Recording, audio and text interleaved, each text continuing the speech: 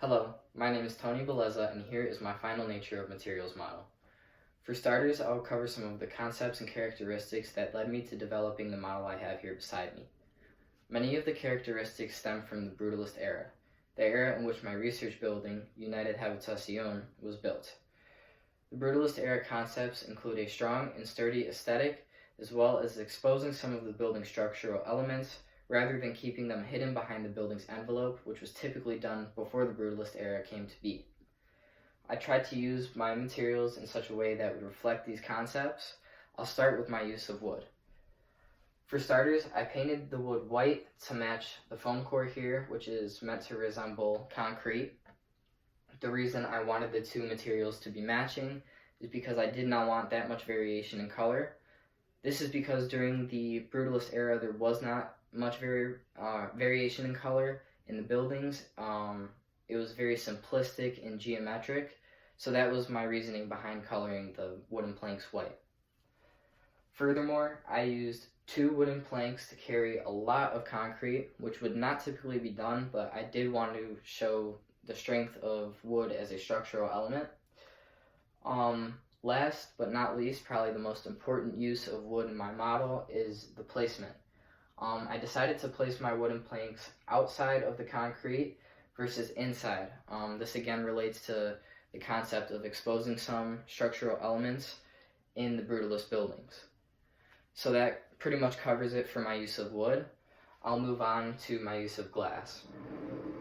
I'll start with my placement, which was purposeful in the sense of placing it at the top in one long strip.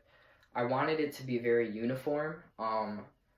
Again, the Brutalist era used a lot of geometric, very smooth, long surfaces. So I didn't want to put the glass in between and interrupt any concrete. That's why I placed it at the top here. I also didn't use that much glass because if glass was used in the Brutalist era, it was not the main material that was used. It was pretty minor. So that's why it's minor in my model as well. Moving on to my use of metal, you can see here I have a slightly curved and corrugated piece of metal at the back of the building. I'll start off by explaining why it's corrugated and curved.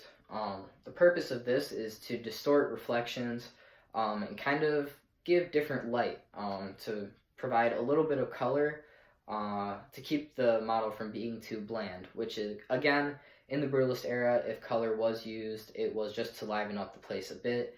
It was not meant to be distracting, which leads me to the placement of the metal, which is in pretty much the back of the model. So I placed it there because I did not want it to be distracting. It's not a main material, it's not structural. It was really to add an aesthetic.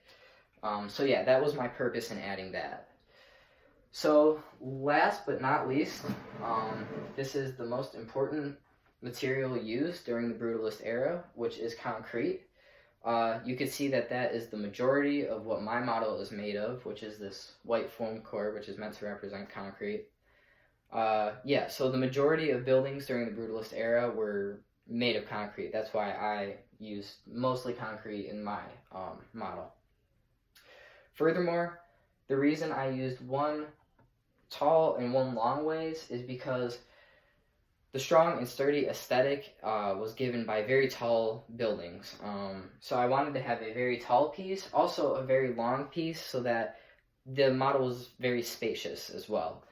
You can see I also have a piece of concrete underneath these 2 pieces of concrete because I wanted to have kind of an under and over and under effect, because the architect who designed my research building typically did buildings to have a lot of activities going on, different things, a city within a city, he would say often. So that's why I have an above and a bottom, because I wanted to kind of have 2 different things going on, while also not turning it into really a building, you know? That's why I have this piece here to divide that up, really. So that pretty much concludes the final model. Next, I will have I will be commentating on my small model and where I've came from there, the developments I've made. Thank you for watching. So here's my small scale model. You can see I've made a lot of developments since then. I'll start off with my development of wood. The only real difference is the color. You can see here there was a color variation. I eliminated that in my final model by painting the planks white. I think that was a good change on my part just to keep that simplistic geometric theme. I do still use wood as a structural element in both my final model and my small scale model, so that didn't change. Now I'll talk about my use of glass. You can see here the glass is very window-like. It interrupts the concrete. So yeah, I really wanted to avoid doing that in my final model, which involves my placement and just not interrupting the concrete at all, preventing it from appearing window-like. For my use of metal, at first you can't really see in this picture, but through the window you kind of can. I used metal as kind of like a floor in the building type or the room type space I have going on above. It was kind of a lazy placement. I'm very happy with the change I made. I think it has a lot more purpose now to provide color and distort reflection. Kind of spice up the place, liven it up. Finally, my use of concrete, the way I changed that is instead of having it so box-shaped, I wanted to prevent it from looking like a room. Also, I took away the back portion you could see, kind of looks like an upside-down L.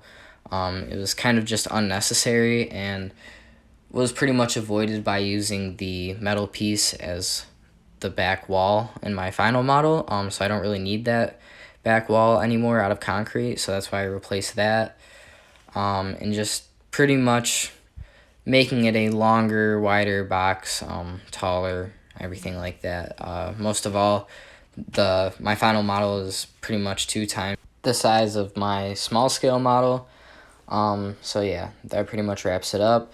Next, I'll have a few more pictures of my final model to give you an idea of the development.